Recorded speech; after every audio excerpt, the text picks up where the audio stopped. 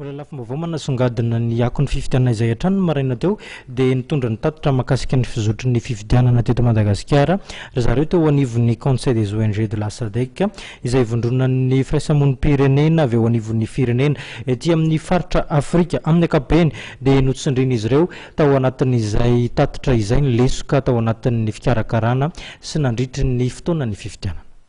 Amin'ny ankapobeny dia nizotra araky ny tokony ho izy ny fifidianana filoham-pirenena fiodinana voalohany izay nitanterahana teto Madagasikara omaly raha ny tatitra izay nataon'ny mpanara-masony SADC miasa eo amin'ny sehatry ny fiarahamonim-pirenena na ny SADC CNGO ny maraina teo teny amin'ny trano fandraisam-bahiny Colbert. Anisan'ny nahitana fanakianana goavana kosa ny resaka lisy-pifidianana sy ny kara-pifidianana raha ny fanamariana izay noentin'ny lehibe niraka.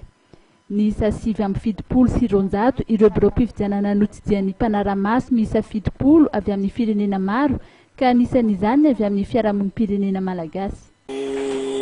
Zavatra tena hitana hoe tsy teto zany tsy tomombona tamin'ny fifidianana iny dia ny liste électorale zany maro be zany ny olona tsy voasoratra. Io koa zany misy andraikitry pirenena tsirairay zany raha tokony misy misy fotoana zany natokana na jerevantsika pirenena tsirairay avy inarantsika maro tamintsika zany tsy tavita zeto ny antony samihafa fa zavatra nahavariana zany dia maro be zany tsikaritra zany ka olona manana kara-pifidianana nefa tsy anaty lisy-pifidianana tsy fantatry ahoana mety mafana manazava an'izay ankoatran'izay moa zany ny anarana tsy mifanitsy amin'ny tena izy misy diso voadidina isan-karazany zay zany no isan'ny zava-dehibe zany tena tsikaritra tamin'ny fifidianana iny zany.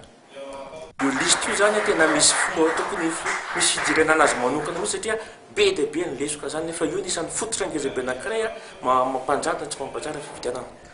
Ny senit raha ny toromarika avy amin'ny tompon'andraikitra avy eo anivon'ny SADC CNGO dia tokony anaraka antsakany sy andava ny tetiadrom-pifidianana ary hiomana araky ny tokony ho izy mba hiantohana fatafiditra ao anatin'ny lisy-pifidianana avokoa ny olom-pirenena feno 12 taona. Ny gouvernemanta kosa dia tokony anome ny enti-manana ho fanatanterahana izany.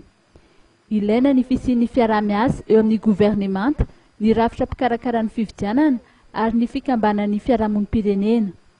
Zava-dehibe ihany koa raha ny voalazan'izy ireo ny fanohizan'ny gouvernemanta sy ny senit ny tomba ny zotra-pifidianana hatramin'ny farany mba ahafahana maka lesona anatsara ny atao amin'ny ho avy.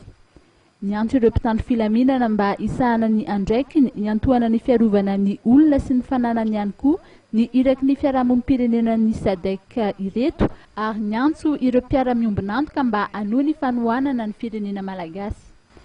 Andraikitra lehibe sady mavesatra no miandry ny gouvernemanta vaovao raha ny voalaza ary tokony hitondra ny firenena malagasy amin'ny ho avy tsara kokoa amin'ny alalan'ny fampandrosoana tsy mitanila. Miantso ireo mpiantsehatra rehetra mba hanaja ny valim-pifidianana ny SADC CNGO. Raha toka misy tsy manaiky ny voka-pifidianana ireo mpanao politika dia ny fametrahana fitarainana araky ny voalaza ao amin'ny andindalana no azo tanterahana. Nanamafy hatrany moa ny lehiben'ny Iraka fa ny andray anjara amin'ny fametrahana ny demokrasia sy ny filaminana eto Madagasikara no anisan'ny tanjon'izy ireo.